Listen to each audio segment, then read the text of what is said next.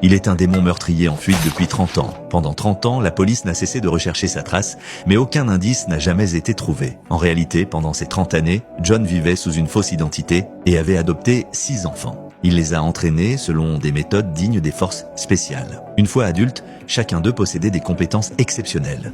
L'un excellait au combat rapproché, un autre maîtrisait la technologie et l'un d'eux était même capable de se travestir à la perfection. Ainsi, John les manipulait pour commettre des crimes en tout genre. Lors d'un braquage, ils ont découvert par hasard plus d'1 milliard de dollars en crypto-monnaie. La cupidité les a poussés à désobéir à l'ordre de retraite donné par John. Au moment même où ils s'en emparaient, la police arrivait sur les lieux et tombait nez à nez avec eux. John a rapidement orchestré leur fuite. Grâce à une coordination parfaite et une agilité remarquable, leur évasion évoquait du parcours. Personne ne pouvait les arrêter, pas même le capitaine de police qui ne faisait pas le poids face à eux. Ils ont rapidement atteint le point d'extraction et ont plongé sans la moindre hésitation. Les policiers n'ont pu que les regarder s'échapper, impuissants. De retour à leur base, John était furieux. Il les a violemment réprimandés pour avoir désobéi à ses ordres. Bien qu'ils aient réussi à s'échapper cette fois, John était désormais dans le viseur de la police. Le commissaire Jackie a secrètement constitué une équipe de traque. Après de longues recherches, ils ont finalement localisé John.